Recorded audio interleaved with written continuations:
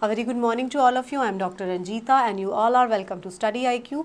आज के इस लेक्चर में हम लोग पढ़ रहे हैं क्लास 10 साइंस एनसीईआरटी के चैप्टर नंबर 11 के बारे में। इस चैप्टर में हम लोग बात कर रहे हैं अबाउट द स्ट्रक्चर ऑफ आई और हम बहुत अलग अलग फिनोमिनास की बात करेंगे जो कि रिफ्रैक्शन और रिफ्लेक्शन से जुड़े हुए हैं, जैसे कि रेनबो फॉर्मेशन, आकाश क्यों नीला दिखाई देता है, लाल क्यों दिखाई देता है जब सनसेट होता है। तो इन सब चीज़ों के बारे में हम लोग बात करने जा रहे हैं। So let's start. ये इस चैप्टर का पार्ट 3 है। अभी तक हम 2 पार्ट्स पढ़ चुके हैं। तो अगर आपका कोई स्पेसिफिक सवाल है तो आप मुझे इस ईमेल एड्रेस पर मेल कर सकते हैं। ये मेरा इंस्टाग्राम हैंडल है और ये मेरा टेलीग्राम लिंक है जिस पर कि मेरे सभी लेक्चर्स के पीडीएफ को आप लोग डाउनलोड कर सकते हैं। अगर आप चाहते हैं क्लास 6, 7, 8 और 9 साइंस एनसीईआरटी के लेक्चर्स को देखना तो उन सब के लिंक भी इसी टेलीग्राम चैनल पर प्रोवाइड कर दिए गए हैं। जब आप मेरा टेलीग्राम चैनल ज्वाइन करें तो कृपया लिंक में मेरे नाम का स्पेलिंग ज़रूर चेक कर लें। This is my only Telegram channel. इस चैप्टर के पार्ट 1 और पार्ट 2 में हम लोगों ने बात किया था स्ट्रक्चर ऑफ आई के बारे में। हमने बात किया था अलग अलग पार्ट्स ऑफ ह्यूमन आई के बारे में। हमने बात किया था उनका इंपॉर्टेंस क्या है। हमने ये भी बात किया था कि अगर किसी भी पार्ट में डिफेक्ट आता है, स्ट्रक्चर ऑफ आई में डिफेक्ट आता है तो हमें विजन का जो है डिफेक्ट हो सकता है। तो हमने ये बात किया था कि किसी भी स्ट्रक्चर ऑफ द आई में अगर डिफेक्ट होगा तो विजन में डिफेक्ट हो सकता है। फिर हमने पावर ऑफ अकोमोडेशन के बारे में बात किया। Then we spoke about the defects of vision. हमने बात किया मायोपिया, हाइपरमेट्रोपिया और प्रेसबायोपिया के बारे में। हमने बात किया कि हम उसको करेक्ट कैसे कर सकते हैं और करेक्शन से क्या होता है।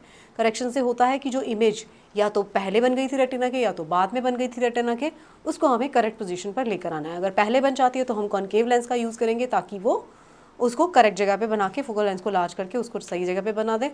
सिमिलरली कॉन्वेक्स लेंस का यूज़ होगा अगर इमेज बियॉन्ड द रेटिना बन रही थी तब। So these are the things which we have studied in the part 1 and part 2 of this lecture. So this is part 3. अब हम बात करेंगे इस चैप्टर के पार्ट 3 में refraction of light through a prism. अब एक प्रिज्म होता है ग्लास का, उसमें से लाइट का रिफ्रैक्शन हो के बारे में हम लोग बात करेंगे। आप में से बहुत सारे लोग जो कि हम लोगों को याद होगा कि हमने स्कूल में ये एक्सपेरिमेंट किया था। When I was in school I did this experiment. हमारी साइंस की टीचर ने हमें एक्सपेरिमेंट करने को दिया था। हमें प्रिज्म इशू किए गए थे और हमने उसको सनलाइट के बीच में वाइट पेपर दिया गया और ऑब्जर्वेशन देखा गया कि लाइट आ रही है और प्रिज्म के थ्रू जाएगी तो हमें स्प्लिट होकर दिखाई देती थी, एक रेनबो जैसा हमको दिखाई देता था। तो ये सारा एक्सपेरिमेंट हमने किया है। अगर आपके घर में भी प्रिज्म अभी भी है तो you can totally see that कि उससे रिफ्रैक्शन होता है। ठीक है, तो ये हमने देखा था। तो अभी हम उसी के बारे में बात करने जा रहे हैं। तो प्रिज्म में से जब लाइट जाती है, प्रिज्म क्या होता है, देखो ये होता है ऐसे 3 डायमेंशन में। आप देखोगे तो ये तो 2 डायमेंशन में दिखाया गया, ऐसे होता है प्रिज्म।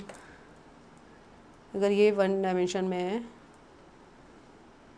है ना, तो ये अगर आप 3 डायमेंशन में, पीछे पिरामिड्स की तरह छोटा सा पार्ट पिरामिड का, तो उसमें हमें दिखाई देता है।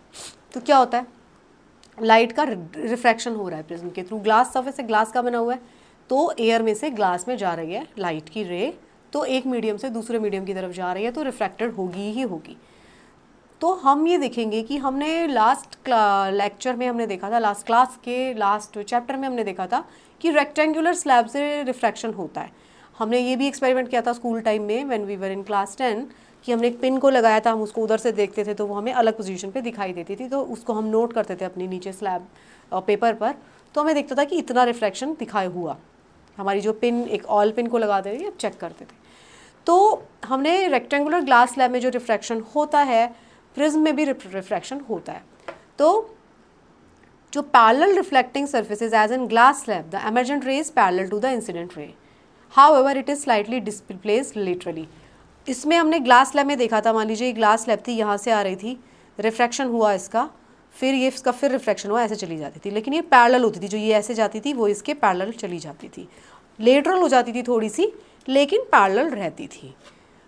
How would light get refracted through a transparent prism. Prism में क्या होता है, देखो एक ट्रायंगुलर जो ग्लास प्रिज्म होता है, it has 2 triangular basis and 3 rectangular lateral surface. तो देखिए ऐसे बनता है ना प्रिज्म, मान लीजिए ये उसका बेस हो गया और ऐसे अगर आप इसको 3 डायमेंशन में देखने की कोशिश करते हो तो ये उसका पीछे एक सरफेस आपको यहाँ से दिख रहा है, इसके पीछे ये वाली सरफेस है, एक सरफेस ये है।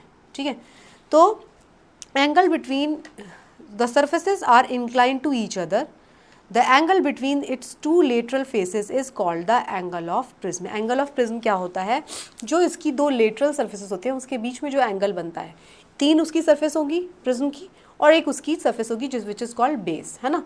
तो जो दो लेटरल सर्फेसेस होती हैं उसके बीच में जो एंगल फॉर्म हो रहा है उसको बोला जाता है angle of prism.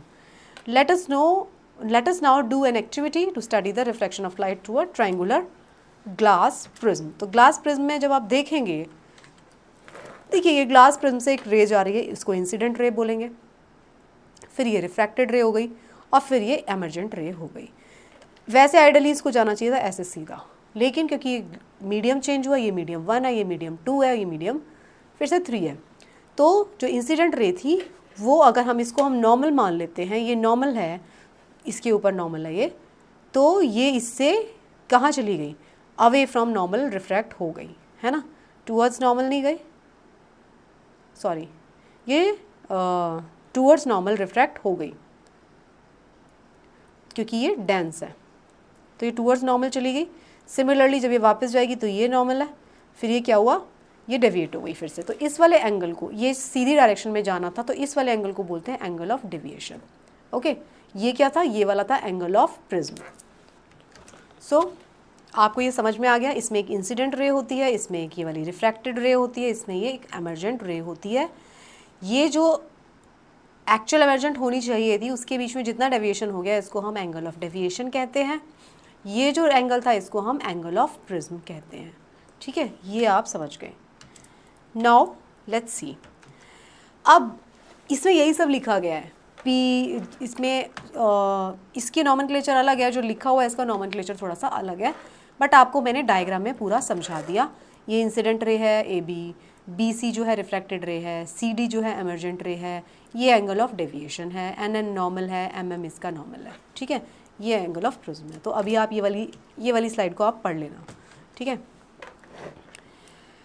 Angle of incident and angle of refraction at each refracting surface of the prism, इसको कंपेयर करो। Is this similar to the kind of bending that occur in glass lab?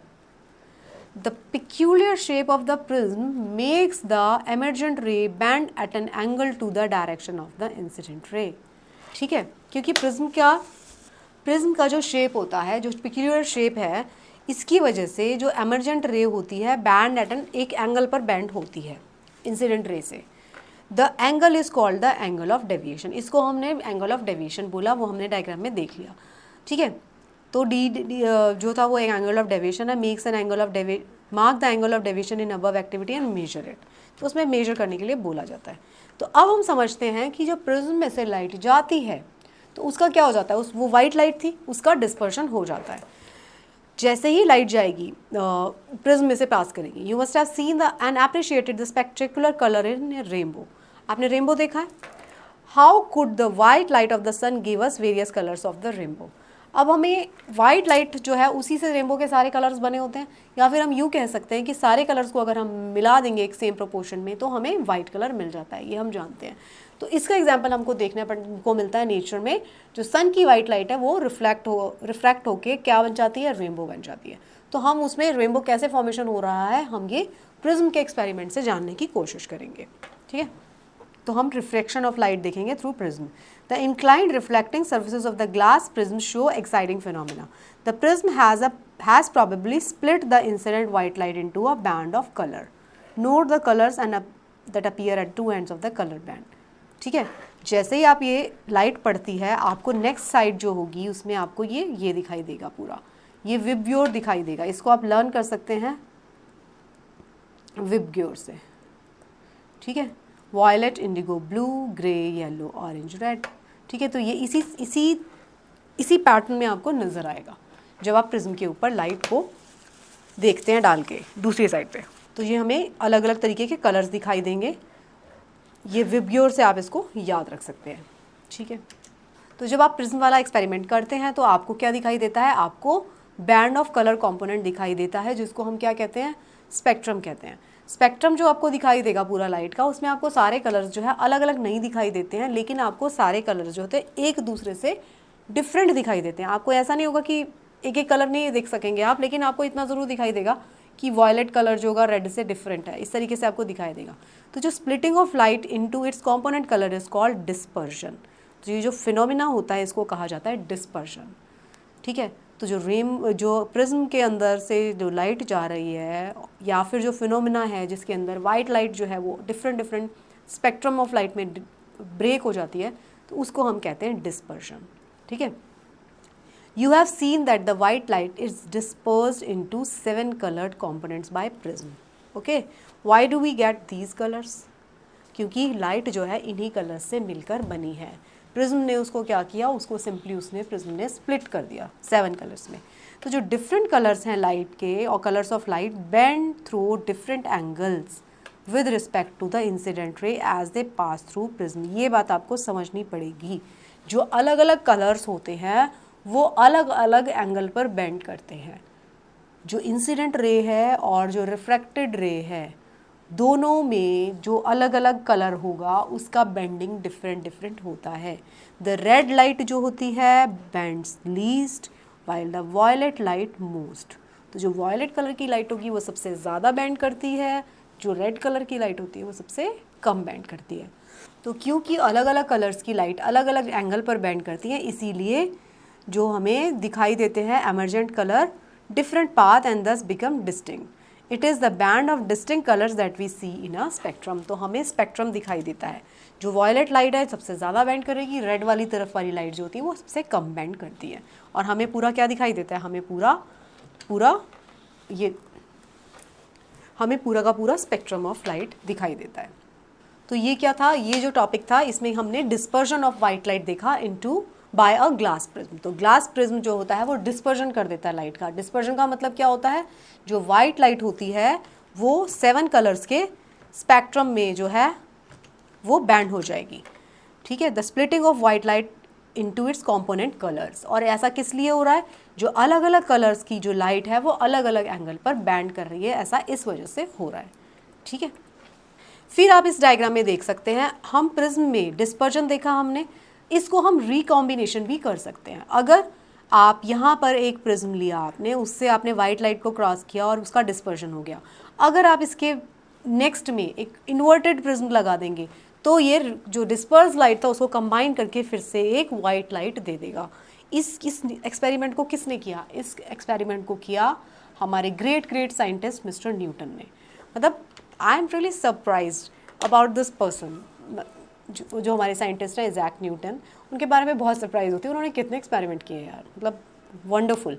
तो इन्होंने ये वाला experiment भी किया, उन्होंने prism को रखा, उससे डिस्पर्जन हुआ लाइट का, फिर उन्होंने एक इन्वर्टेड प्रिज्म रखा, उससे फिर कॉम्बिनेशन दोबारा से बन के अगेन वाइट लाइट बन जाती है। तो उन्होंने ट्राई किया था कि he try to split the colours of spectrum into white light further by using another similar prism. However उन्होंने क्या किया था, एक प्रिज्म लगाया, उससे ये इसमें स्प्लिट हो गया, फिर उन्होंने एक और प्रिज्म लगाया इसी के सामने ये देखने के लिए कि फर्दर स्प्लिट होता है कि नहीं, तो फर्दर स्प्लिट नहीं हुआ, फिर उन्होंने इन्वर्टेड करके इस प्रिज्म लगाया तो रिकॉम्बिनेशन ज़रूर हो गया, तो रिकम्बाइन हो गई सारी की सारी लाइट्स। तो इन्होंने ये एक्सपेरिमेंट किया, तो उन्होंने और कलर्स तो नहीं ढूंढे उन्होंने, लेकिन जब उन्होंने एक्सपेरिमेंट करते गए तो उनको क्या मिला, he place a second identical prism in inverted position. तो उससे क्या हुआ, कॉम्बिनेशन से दोबारा से उनको वाइट बीम ऑफ लाइट मिल जाती है। So this observation gave Newton the idea that sunlight is made up of 7 colours as any light that gives a spectrum similar to that of sunlight is often referred to as white light.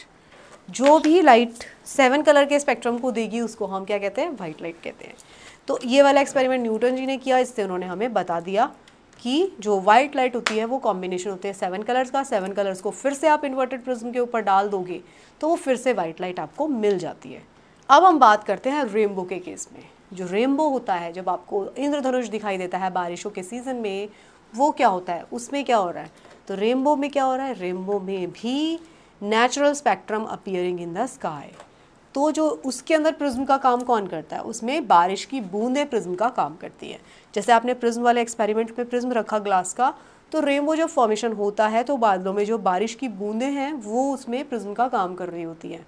तो rainbow is a natural spectrum appearing in the sky after a rain shower. It is caused by the dispersion of light in by tiny water droplets present in the atmosphere. जो atmosphere के अंदर जो बारिश हुई थी, जो पानी पड़ा हुआ है, अभी भी ह्यूमिडिटी पड़ी हुई है, उसकी बूंदों को प्रिज्म की तरह एक्ट करके वाइट लाइट का डिस्पर्शन हो जाता है।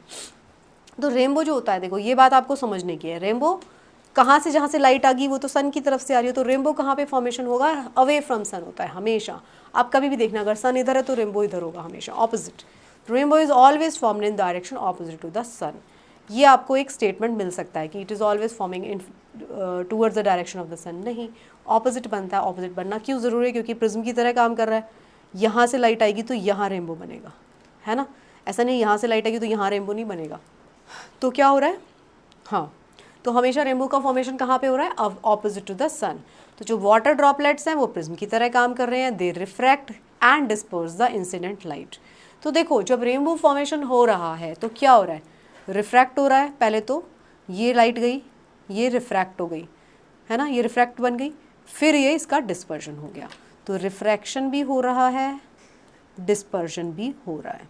तो refract it again, they refract and disperse the incident sunlight, then reflect it internally and finally reflect it again when it comes out of the raindrop। ये आपको देखना पड़ेगा, इसी में से पॉसिबल क्वेश्चन हो सकता है। एक रेन ड्रॉप के केस में क्या हो रहा है, देखिए ये रेन ड्रॉप है, यहाँ से वाइट लाइट आई, उसका रिफ्रैक्शन हुआ, है ना, इसको ऐसे जाना था लेकिन ये रिफ्रैक्ट हो गई, और ये यहाँ पे इधर से क्या हुआ, रिफ्लेक्शन, और फिर यहाँ से रिफ्लेक्शन भी होता है और रिफ्रैक्शन भी होता है, इसके अंदर दोनों होता है। ये इसमें दिखाया गया है रिफ्लेक्शन कैसे हो रहा है। तो वाटर ड्रॉपलेट जहाँ पे ये एटमॉस्फेयर के अंदर वाटर ड्रॉपलेट से रिफ्लेक्ट भी होती है लाइट, लेकिन रिफ्लेक्शन होने से क्या होगा, मुड़ जाएगी, वो चली जाएगी, लेकिन रिफ्रैक्शन से क्या होगा, अपनी जो स्ट्रेट लाइन में जा रही थी उससे डेविएट हो जाती है, और डिस्पर्शन से क्या होता है, वो स्प्लिट हो जाती है 7 कलर्स में। तो क्या होता है, refract and disperse, they refract and disperse the incident sunlight, then reflect it internally, internal drop के अंदर ही रिफ्लेक्शन हो गया, and finally refract it again when it comes out of the rain drop. Due to the dispersion of the light and internal reflection, different colours reach the observer's eye. Fine, आपकी उस rain drop से क्या क्या हो रहा है, उससे refraction भी हो रहा है। अगर सवाल में ये दिया जाता है कि जब रेनबो फॉर्मेशन हो रहा है, these phenomena are taking place, इसमें रिफ्लेक्शन भी दिया जाएगा, रिफ्रैक्शन भी दिया जाएगा, डिस्पर्जन भी दिया जाएगा, है ना। तो उसमें से लिखा होगा, आपको मिल सकता है आपको ऑप्शंस में कि ओनली 1, ओनली 2, 1 and 2, 1, 2 and 3 सारे, तो वो आपको देखना पड़ेगा। उसके अंदर रिफ्लेक्शन भी होता है, रिफ्लेक्शन भी होता है, डिस्पर्शन भी होता है, right. You can also see a rainbow on a sunny day when you look at the sky through a waterfall or through a water fountain। ये तो हमने किया है। आप वाटर फाउंटेन में जब भी जाते हैं, या फिर आप अगर किसी वाटरफॉल में जाते हैं, तो अगर आप उसके इधर खड़े होकर इधर से देखेंगे, अगर आपके पीछे सन है तो आपको रेनबो दिखाई देगा। ये एक्सपेरिमेंट आप कर सकते हैं वाटरफॉल में जाके। इस तरीके से रेनबो का फॉर्मेशन होता है। तो रेनबो का फॉर्मेशन आपको समझ में आ गया होगा किस तरीके से होता है। Now we will talk about atmospheric refraction. तो एटमॉस्फेयर में किस तरीके से रिफ्रैक्शन होता है और उससे हमें क्या क्या नेचुरल फिनोमेना दिखाई देते हैं, अब हम उसके बारे में बात करेंगे। तो अगर हम बात करते हैं एटमॉस्फेरिक रिफ्रैक्शन के बारे में, तो आपने क्या ऑब्जर्व किया होगा, द अपेरेंट रैंडम वेवरिंग और flickering of the object seen through a turbulent stream of hot air. देखो, जब आपने देखा होगा कोई आग जल रही है या कोई रेडिएटर है जिससे गरम गरम हवा निकल रही है, तो उसकी ऊपर वाली जो हवा होती है वो भी गर्म हो जाती है। तो आपने देखा होगा जब आग जलती है तो अगर आप पीछे वाले ऑब्जेक्ट्स को देखेंगे तो वो ऐसे हिलते हिलते नजर आएंगे आपको। देखा है आपने, ये एक्सपेरिमेंट किया, मतलब हमेशा देखा होगा, बहुत ही कॉमन सा ही है। आग जलते हुए ऊपर आपको उसके पीछे वाले ऑब्जेक्ट्स जो होंगे ब्लर ब्लर से हिलते हुए दिखेंगे। ये किस लिए हो रहा है? ये हो रहा है कि जो एयर है just above the fire becomes hotter then the air further up. जहाँ पे आग जल रही है, मान लीजिए ये आग जल रही है ना, ये आग जल रही है, आग की फ्लेम है, तो ये वाली जो एयर है ये इस वाली जगह से हॉट हो जाएगी, ये वाली कोल्ड होगी और ये हॉट हो जाएगी जो ऊपर वाली है। तो जो हॉटर एयर होगी वो लाइट है, लेस डेंस है than the cooler air above it, and has a refractive index slightly less than that of the cooler air. तो कूलर एयर का रिफ्रैक्टिव इंडेक्स ज़्यादा होगा और जो गर्म हवा है उसका रिफ्रैक्टिव इंडेक्स कम होता है। तो उससे क्या होगा, बैंड होगी, जो भी लाइट वहाँ से क्रॉस होगी वो बैंड हो जाएगी। जैसे ही रिफ्रैक्टिव इंडेक्स डिफरेंट होगा तो लाइट बैंड हो जाती है, ये हम जानते हैं। तो ये बात हम पहले से जानते हैं, जब भी रिफ्रैक्टिव इंडेक्स दो मीडियम का अलग अलग हो जाएगा तो लाइट बैंड हो जाती है। तो since the physical condition of the refracting medium air are not stationary, the apparent object position of the object as seen through the hot air fluctuates. अब क्योंकि वो हवा है, कोई वो ग्लास नहीं है, कोई फिक्स चीज़ नहीं है ना, गर्म हो रही है तो हवा है वो हिल रही है, तो वो हिलती रहती है, उसकी वजह से जो ऑब्जेक्ट हैं हमको उनकी करेक्ट पोजीशन हमको नहीं दिखती, वो हमें ऑब्जेक्ट हिलते हुए दिखते हैं, क्योंकि हमारी आंखें कैसे देख रही है, रिफ्रैक्शन हो रहा है उस एयर से जिसके थ्रू हम देख रहे हैं। अगर ये एयर की जगह पे ग्लास होता तो वो फिक्स रहता, क्योंकि ये एयर है उठ रही है बार बार ऊपर, तो उसका पोजीशन जो है बार बार चेंज हो रहा है, इसकी वजह से हमको ऑब्जेक्ट हिलते डुलते हुए नज़र आते हैं एक पोजीशन से दूसरे पोजीशन पर। और ये सब हो किस लिए रहा है, क्योंकि रिफ्रैक्टिव इंडेक्स, जैसे ही हवा गर्म होती है उसका रिफ्रैक्टिव इंडेक्स जो है कम हो जाता है ठंडी हवा से। तो क्योंकि ठंडी हवा से कम हो जाएगा तो लाइट बैंड हो जाएगी, है ना, दो डिफरेंट मीडियम में। इस वजह से हमको पीछे वाले ऑब्जेक्ट्स हिलते हुए दिखाई देते हैं। दिस वेवरिंग इज दस an effect of atmospheric refraction. किसकी वजह से हो रही है, एटमॉस्फेरिक रिफ्रैक्शन। यहाँ पे कुछ भी हो सकता है, आपको क्वेश्चन पूछा जा सकता है, रिफ्लेक्शन की वजह से हो रही है, रिफ्रैक्शन की वजह से हो रही है, डिस्पर्जन की वजह से, कुछ भी। तो refraction of light by the earth's atmosphere. तो ये तो एक बात थी कि एटमॉस्फेरिक रिफ्रैक्शन हमें कब दिख रहा है, जबकि हवा गर्म हो रही है। सेकेंड जो फिनोमिना है ट्विंकलिंग ऑफ स्टार है, हमें तारे टिमटिमाते हुए दिखाई देते हैं। वो क्यों दिखाई देते हैं, ये भी एक सिमिलर फिनोमिना है ऑन मच लार्जर स्केल, ये बहुत बड़े लेवल पर हो रहा है। ये तो लोकल लेवल पर है, जहाँ पे आग जल रही है वहाँ पे ऐसा दिखाई दे रहा था आपको पहले वाला फिनोमिना, लेकिन सारे के सारे तारे हमको टिमटिमाते हुए दिखते हैं। प्लैनेट्स हमको नहीं टिमटिमाते हुए दिखते, तारे जितने हैं वो सब हमें टिमटिमाते हुए दिखते हैं। तो ये कैसे दिखते हैं हमें, तो इसका कारण भी होता है ट्विंकलिंग ऑफ स्टार में क्या हो रहा है, एटमॉस्फेरिक रिफ्रैक्शन हो रहा है again of star light. Star की अपनी लाइट है, तो star light on the entering the earth's atmosphere undergoes refraction. Earth के ऊपर एटमॉस्फेयर है, जो स्पेस है वो तो वैक्यूम है, अर्थ के ऊपर एटमॉस्फेयर है। अब अर्थ पे जो लाइट आ रही है तारों की, हमारे एटमॉस्फेयर की अर्थ पर है, वैक्यूम अलग है, और हम एटमॉस्फेयर में आ गए तो रिफ्रैक्टिव इंडेक्स फिर चेंज हो गया, तो बेंडिंग होगी। तो continuously undergoes refraction continuously before it reaches the earth. The star light on the entering the earth atmosphere undergoes refraction. अब अलग अलग है ना टेम्परेचर। अगर आप ज्योग्राफी की क्लास पढ़ोगे, ज्योग्राफी की एनसीईआरटी पढ़ोगे, तो आपको समझ में आएगा स्ट्रेटोस्फेयर, ट्रोफोस्फेयर से, स्ट्रेटोस्फेयर से, मेसोस्फेयर से, एक्सोस्फेयर में जब आप पहुँचेंगे तो आपको अलग अलग टेम्परेचर पहले फॉल करता है। आपको वो एस वाला जो डायग्राम था वो ऐसे करके हम, अच्छा मैंने आपको पढ़ाया नहीं अभी, तो जो है आपने देखा होगा ना, एनसीईआरटी का डायग्राम है। तो अलग अलग टेम्परेचर है हमारे अर्थ के एटमॉस्फेयर में भी, तो अलग अलग है। तो तब तक लाइट आती है, कितनी बार रिफ्रैक्ट होगी, बार बार रिफ्रैक्शन होता रहेगा, जो कॉन्टीन्यूस रिफ्रैक्शन होता रहता है। तारों से तो कॉन्टीन्यूसली लाइट आ रही है, तो वो जो कॉन्टीन्यूस रिफ्रैक्शन होता रहता है लाइट का, उसकी वजह से हमको ट्विंकलिंग दिखाई देती है तारों की। तो तारे इसलिए टिमटिमाते हैं क्योंकि एटमॉस्फेरिक रिफ्रैक्शन के कारण, राइट।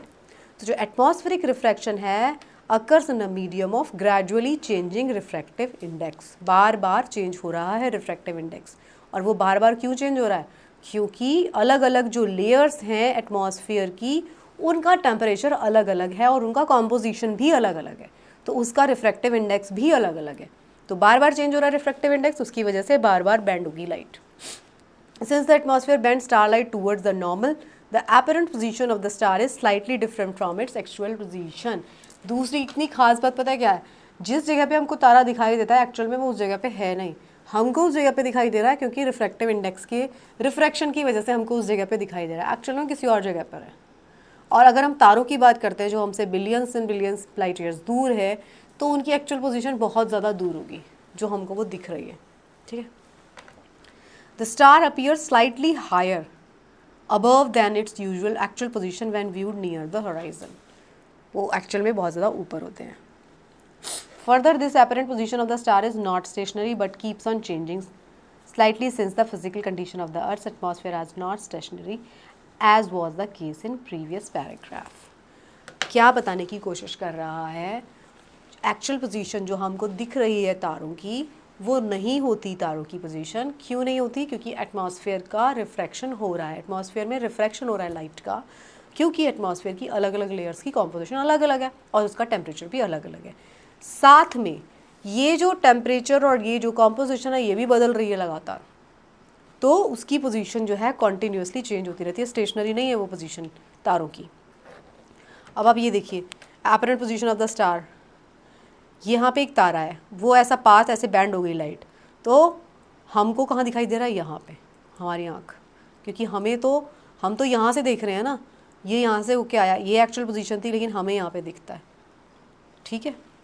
क्योंकि जो तारे हैं बहुत दूर हैं, they approximate point size source of light है हमारे लिए। As the path of the rays of light coming from the star goes on varying slightly, the apparent position of the star fluctuates and the amount of starlight entering the eye flickers. The stars sometimes appear brighter and at some other time fainter, which is twinkling effect. अब इतनी दूर से आ रहे हैं, हमारे लिए तो वो पॉइंट साइज वो दे रहे हैं, तो हम क्या करते हैं, जैसे जैसे path of the rays light coming from the star goes on varying slightly, तो जो हमारी आंखें भी तो पलक झपकती है ना, तो कभी कभी हमें वो ज़्यादा ब्राइट दिखता है, कभी कभी वो हमें कम ब्राइट दिखता है, टिमटिमाता हुआ दिखता है, ठीक है, फ्लक्चुएट करते हुए दिखता है हमें उसकी लाइट, क्योंकि जो हमारी आंख के अंदर बार बार लाइट एंटर कर रही है वो भी फ्लक्चुएट कर रही है, क्योंकि हमारी आंखें पलके झपका रही हैं, ठीक है। अब हम बात करते हैं प्लैनेट्स क्यों ट्विंकल नहीं करते, स्टार्स क्यों ट्विंकल करते हैं। क्योंकि प्लैनेट्स आर मच क्लोजर, पहली बात वो हमारे से बहुत पास में है। जब तक क्या हो रहा है, स्टार्स जो है हमसे बहुत ज़्यादा दूर है, प्लैनेट्स हमारे लिए क्लोजर हैं to the earth and are the seen as extended source. ये हमारे को पॉइंट साइज सोर्स दिखता है क्योंकि बहुत दूर से आ रहा है, ये हमारे लिए पास वाला सोर्स है प्लैनेट, पहली बात। दूसरा, if we consider a planet as a collection of large number of point size source of light, the total variation in the amount of light entering our eyes from all the individual point size sources will average out to 0. हमारे को वो बड़ा point source दिखाई देता है, हमारे को वो एक सिंगल पॉइंट सोर्स नहीं दिखाई देता। हमारी आंखें उसको परसीव, क्योंकि वो बहुत एज़ कम्पेयर टू स्टार्स वो हमारे काफ़ी क्लोज है, ठीक है। स्टार्स हमारे लिए एक सिंगल पॉइंट ऑफ सोर्स है और वो डिफरेंट जैसे जैसे एटमॉस्फेयर से आते हैं रिफ्रैक्ट होते हुए वो हमें सिंगल पॉइंट सोर्स हमारी आंखें उसको कंसिडर करती हैं। प्लैनेट के केस में क्योंकि वो क्लोजर है तो उसको हमारी आंखें जो है सिंगल पॉइंट सोर्स कंसिडर नहीं करती है, उसको मल्टीपल पॉइंट सोर्स कंसिडर करती है, और वो जो उनका सारा का सारा जो रिफ्रैक्शन होता है वो एक दूसरे से कैंसिल आउट हो जाता है और ज़ीरो हो जाता है, average out to 0, thereby nullifying the twinkle effect. इसलिए हमको वो ट्विंकल करते हुए नहीं दिखाई देते। फिर हम बात करते हैं advance sunrise and delays sunset. ये क्या होता है? जिस वक्त हमको सनराइज़ दिखाई देता है एक्चुअल में वो उससे कुछ देर के बाद होता है सनराइज़। मतलब सनराइज़ क्या होता है, हमारी अर्थ ऐसे घूम गई और सन हमारे को पहली बार टच किया होराइजन पर, लेकिन हमको जो है सनराइज़ पहले ही दिखाई दे जाता है। अब ये क्यों हो रहा है, हमको जो है सनराइज़ पहले ही दिखाई दे जाता है जब तक भी एक्चुअल टच नहीं किया होराइजन पे। इसकी again who is the reason? Refraction of atmosphere is the reason. जो सन है visible to us about 2 minute पहले दिखाई दे जाता है, 2 minutes before the actual sunrise and about 2 minutes after the actual sunset. डूब जाता है तब भी दिखता रहता है। By actual sunrise we mean that actual crossing of the horizon by sun. मैंने बताया सन तो हमेशा ही रहता है, वो कोई राइज और सेट तो करता नहीं है। असली बात हमारी अर्थ घूम जाती है बस, सन भी अपनी पोजीशन चेंज कर रहा होगा, बट हम जो है एज़ कम्पेयर टू हम अपने सोलर सिस्टम के केस में सन के पोजीशन को फिक्स कंसिडर करते हैं और हम उसके चारों तरफ चक्कर काट रहे हैं। तो हम क्या कर रहे हैं, हम उसके चारों तरफ घूम रहे हैं। तो सनराइज़ का मतलब हमारे लिए क्या है, हम घूम के ऐसे आ गए। मतलब फॉर एग्जांपल आप यहाँ पे बैठे हैं, आपको आपके नेक्स्ट रूम वाला बंदा नहीं दिखाई दे रहा, तो आप जरा थोड़ा सा ऐसे हो जाइए तो आपको दिखाई देने लग जाएगा। तो जो ऐसे होने वाली पोजीशन है, जब आप ऐसे होंगे तो सबसे पहले आपकी आँख या जो भी है, जो कुछ भी आपने पहना हुआ है, जैसे मेरे केस में, तो वो पहला पॉइंट दिखाई देगा, तो वही हम उसको सनराइज़ कहते हैं। ऐसे करके मैंने किसी को देखा झाँक के तो मेरे बाल उसको सबसे पहले यहाँ से दिखाई दे जाएंगे, तो वो सनराइज़ पोजीशन है। एक्चुअल में तो वो हमेशा ही प्रेजेंट है, वो सनराइज़ और सनसेट तो होता है नहीं, तो जब वो एक्चुअल में दिखता है उससे भी पहले उसको दिख जाता है। कैसे? रिफ्रैक्शन से। The actual and the apparent position of the sun with respect to horizon. The time difference between actual sunset and the apparent sunset जो है वो 2 मिनट का टाइम डिफरेंस है। कैसे हो रहा है ये? The apparent flattening of sun's disk at sunrise and sunset is also due to the same phenomena हो रहा है। देखिए ये यहाँ पे है, अभी ये पहुँचा नहीं, हमको दिखने लगा नहीं, लेकिन हमें दिख गया। ये यहाँ से गया, ये रिफ्रैक्ट होके लाइट हमको दिख गई जैसे यहाँ पे टच हुई। एक्चुअल में तो यहाँ पे पहुँचा और हमें कहाँ दिख रहा है कि ये सनराइज़ हो चुका है। एक्चुअल में ये 2 मिनट बाद इस पोजीशन पे पहुँचता है, हमें पहले ही दिख जाता है क्योंकि ऐसे बैंड हो जाती है लाइट। वैसे हमने सबसे पहले क्या पढ़ा था, आप याद करिए लाइट वाले चैप्टर में मैंने आपको क्या स्टेटमेंट पढ़ाया था। मैंने आपको यही स्टेटमेंट पढ़ाया था ना कि लाइट जो है वो बैंड नहीं होती, स्ट्रेट लाइन में चलती है। लेकिन रिफ्रैक्शन जब होता है, जब एक मीडियम से दूसरे मीडियम में लाइट एंटर करती है तो बैंड होती है लाइट। सेम मीडियम में लाइट बैंड नहीं होगी, लेकिन एक मीडियम से दूसरे मीडियम में एंटर करेगी तो उसका रिफ्रैक्शन हो जाएगा। In terms of refractive index वो बैंड हो जाएगी। कौन सा मीडियम रेयरर है, कौन सा मीडियम डेंसर है, उसके अकॉर्डिंग उसका बेंडिंग हो जाता है लाइट का। तो ये जो चीज़ें हैं, एक्चुअल में सन का पोजीशन ये है क्योंकि ये इधर जाता है तो उसकी रिफ्रैक्शन ऐसे हो गई तो आपको दिखाई देना शुरू हो जाता है, लेकिन वो बाद में 2 मिनट लगाता है इस पोजीशन में पहुंचने में। सिमिलरली जब सनसेट होता है, सेम सनसेट हो गया यहाँ पे, लेकिन हमको हमारी आंखों को अपीयर करता रहेगा यहाँ पर, ऑलरेडी ये सेट हो चुका है, 2 मिनट में यहाँ पे पहुँचेगा। ठीक है, मतलब सेट होने के बाद भी हमको दिखता रहेगा सन। ठीक है, तो आई होप आपको ये वाला फिनोमेना भी समझ में आ गया होगा। फिर हम बात करते हैं स्कैटरिंग ऑफ लाइट की। अब स्कैटरिंग ऑफ लाइट क्या होता है? तो स्कैटरिंग ऑफ लाइट क्या होता है? The interplay of light with object around us gives rise to several spectacular phenomena. हमारी जो लाइट है वो आसपास के एटमॉस्फेयर के साथ अलग अलग इफेक्ट दे रही है। जो ब्लू कलर होगा स्काई का, and the colour of water in deep sea, the reddening of the sun at the sunrise and sunset are some of the wonderful phenomena, जो किसकी वजह से हो रहे हैं? लाइट की स्कैटरिंग के वजह से हो रहे हैं। अब होता क्या है, पहले वाली क्लास में आपने देखा है scattering of light bye colloidal particle. जब हम मिक्सचर के बारे में पढ़ रहे थे, कोलॉइडल पार्टिकल्स के बारे में हमने पढ़ा था, तब हमने बात किया था स्कैटरिंग ऑफ लाइट। हमने एक टेस्ट भी किया था।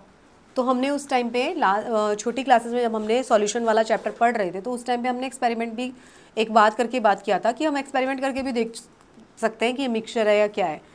तो जो पाथ होता है of a beam of light passing through a true solution is not visible. अगर सॉल्यूशन ट्रू है तो आपको लाइट का रास्ता दिखाई नहीं देता, ये हम एक्सपेरिमेंट करते थे। लेकिन अगर कोलॉइडल सॉल्यूशन है तो हमें क्या दिखेगा? Size of particle is relatively larger, तो हमें लाइट का पाथ विजिबल होगा। ये हमने सॉल्यूशन वाले चैप्टर में, मिक्सचर वाले चैप्टर में पढ़ा था। अगर ट्रू सॉल्यूशन है तो हमें लाइट का पाथ नज़र नहीं आता था। अगर सॉल्यूशन कोलॉइडल सॉल्यूशन है, कोलॉइड है और उसमें पार्टिकल का साइज़ बड़ा है तो हमें दिखाई देता था। ठीक है, तो अब हम टिंडल इफेक्ट के बारे में बात करेंगे। तो अर्थ का जो एटमॉस्फेयर है, जिस तरीके से मिक्सचर होता है, अर्थ का एटमॉस्फेयर जो है वो भी एक हीट्रोजीनस मिक्सचर है। इसके अंदर भी बहुत सारी तरह तरह की चीज़ें होती हैं, माइन्यूट पार्टिकल्स होते हैं, ड्रॉपलेट होती है, स्मोक भी होगा इसके अंदर, डस्ट पार्टिकल्स होंगे, बहुत सारी चीज़ें इसके अंदर मिली हुई होती हैं एटमॉस्फेयर के अंदर।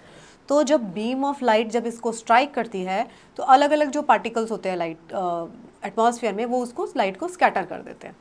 तो the path of the beam becomes visible. तो उसकी वजह से जो हमें बीम का जो पाथ है, लाइट का जो पाथ है, हमें वो नज़र आता है। ये सारा एक्सपेरिमेंट आपने किया था कि जब हम डार्क रूम के अंदर होते हैं और एक छोटा सा होल है तो हमें उसमें से लाइट आ रही है तो हमें डस्ट पार्टिकल्स जो है वो दिखाई देते हैं। तो जो phenomena of scattering of light bye colloidal particle जो है, इसको हम क्या कहते हैं? टिंडल इफेक्ट कहते हैं। तो हम ये इस केस में हमने देखा है ये फिनोमिना। तो जब जो स्कैटरिंग है, जो स्कैटरिंग ऑफ लाइट है, मेक्स द पार्टिकल विजिबल। जब लाइट स्कैटर होती है किसी भी पार्टिकल से तो वो उसको विजिबल बना देती है। तो टिंडल इफेक्ट जो होता है, जो टिंडल इफेक्ट आपने एक डार्क रूम के अंदर देखा होगा, same Tyndall effect you can see in जब आप किसी घने जंगल में जाते हैं। तो घने जंगल में आपने देखा होगा बहुत ज़्यादा थिक फॉरेस्ट है, वो बहुत ज़्यादा पेड़ लगे हुए हैं। तो जो पेड़ों से रिस रिस के छन छन के जो धूप आती है, जो लाइट आती है, उसके केस में आपने देखा होगा वो क्या करती है? वो स्कैटर कर देती है लाइट को। तो वो भी वहाँ पे भी आपको टिंडल इफेक्ट देखने को मिलेगा। उसके केस में क्या होता है? टाइनी वाटर ड्रॉपलेट्स जो होती हैं इन द मिस्ट, जो छोटे छोटे पानी की जो बूंदें होंगी, वो उसको लाइट को स्कैटर कर देती हैं। जो कलर होगा, जो स्कैटर्ड लाइट का, जब स्कैटरिंग होगी लाइट की, तो कलर जो होगा वो किसके ऊपर डिपेंड करता है? कलर इस चीज़ के ऊपर डिपेंड करता है।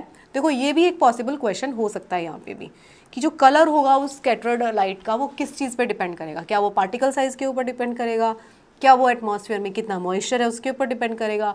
टेम्परेचर कितना है उसके ऊपर? ऐसे ऐसे आपको कंफ्यूज किया जा सकता है। तो जो कलर होगा स्कैटर्ड लाइट का, वो डिपेंड करता है size of the scattering particle.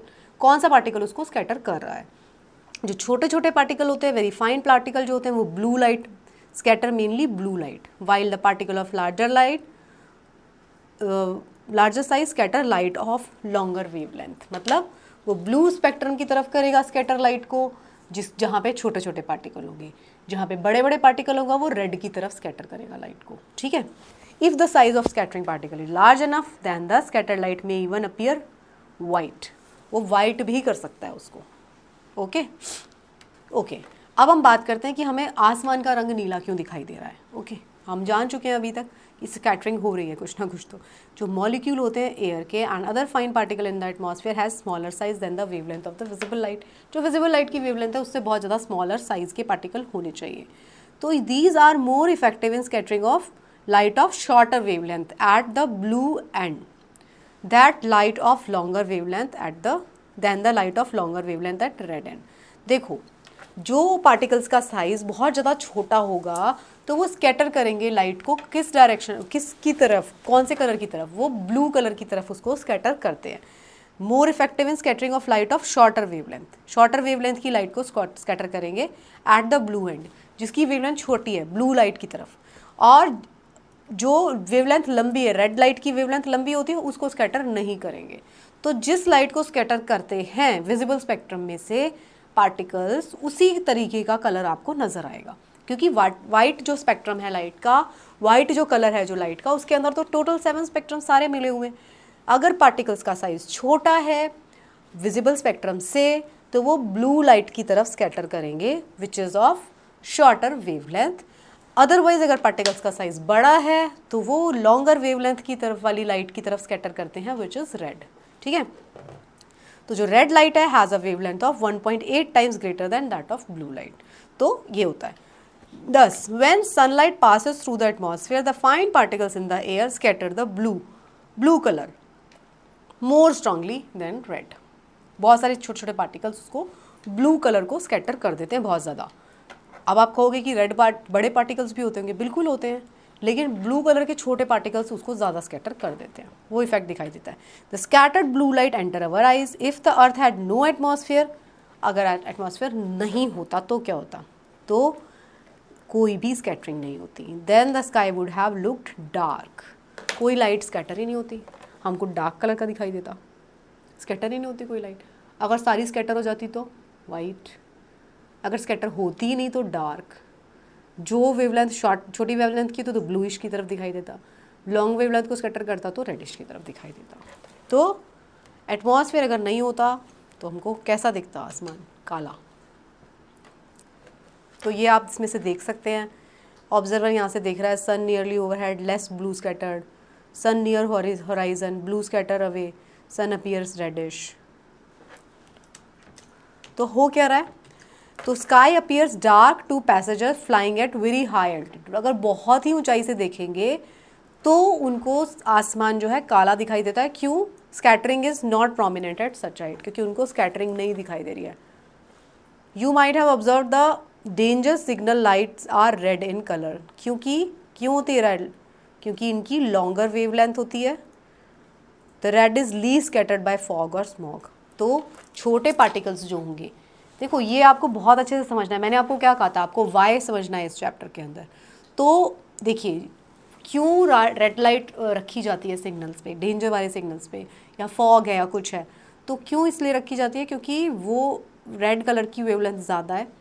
जो छोटे छोटे पार्टिकल्स होते हैं which is in smoke, which is in fog, वो रेड लाइट को स्कैटर नहीं कर पाएंगे। Red is least scattered by fog, therefore it can be seen in the same colour at a distance, तो हमें लाल रंग हमको दिखाई देता रहेगा। Colour of the sun at sunrise and sunset, अब हमें सनराइज और सनसेट पे रेड कैसे दिखाई दे रहा है,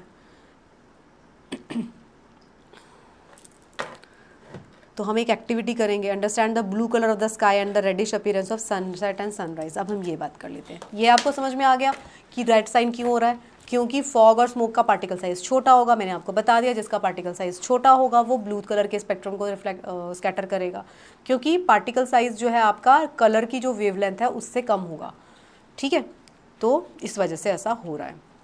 ओके, अब हम बात करेंगे कि जो कलर ऑफ द स्काई है हमको शाम के वक्त या सनसेट और सनराइज के वक्त रेड क्यों दिखाई देता है, ब्लू क्यों दिखाई दे रहा था, ब्लू लाइट स्कैटर हो रही थी, अब रेड दिखाई दे रहा था, तो इसका मतलब रेड लाइट स्कैटर हो रही है। अब क्यों ऐसा हो रहा है, ठीक है, ये हम बात करेंगे।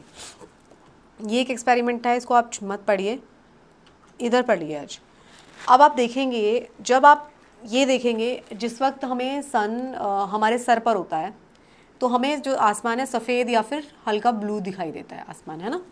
क्यों ऐसा होता है, क्योंकि जो ओवरहेड सन होगा, light from overhead would travel relatively shorter distance में ट्रेवल करता है। The sun appear white as only little of blue and violet colours are scatter, बस वही स्कैटर हुए हैं। लेकिन जब सन हॉराइजन पर होता है, देखिए हम ऑब्जर्वर हैं, हमारे सर के ऊपर सन है तो इतना डिस्टेंस कवर हो रहा है, लेकिन जब हम हॉराइजन पर हैं तो इतना डिस्टेंस कवर हो रहा है, मतलब कम से कम 2.5 to 3 टाइम्स। तो अब जो एटमॉस्फेयर के अंदर जो पार्टिकल्स है यहाँ पर जो नीचे पार्टिकल्स हैं, जब हम ऊपर की तरफ देखते हैं स्काई में तो ऊपर से जो लाइट आ रही है उसके अंदर फाइन पार्टिकल्स होंगे, जो बड़े पार्टिकल्स हैं वो यहाँ पर है हॉराइजन की तरफ, और साथ में बहुत लंबा डिस्टेंस ट्रैवल करना है। तो ये जो इतना लंबा डिस्टेंस ट्रैवल करना है लाइट को एंड टूवर्ड्स द हॉराइजन है, तो क्या होगा, रेड लाइट स्कैटर हो रही है। क्यों, क्योंकि पार्टिकल का साइज़ भी बड़ा है। और जब हम ऊपर देख रहे हैं, सर ओवरहेड सन देख रहे हैं, तो क्या है, शॉर्टर डिस्टेंस ट्रेवल करना है और जो है सिर्फ और सिर्फ ब्लू और वायलेट लाइट ही स्कैटर होती है, तो इसलिए हमको ब्लू कलर का या वाइट कलर का आसमान दिखता है। लेकिन जब सन नियर होराइजन होता है तो वो पास करता है थिकर लेयर ऑफ एयर से and larger distance in the atmosphere before reaching our eye. तो बहुत बड़े बड़े जो पार्टिकल्स होते हैं उनके द्वारा स्कैटर होता है, जो एटमॉस्फेयर में होते हैं वो क्या करते हैं, रेड लाइट को स्कैटर कर देते हैं, ठीक है।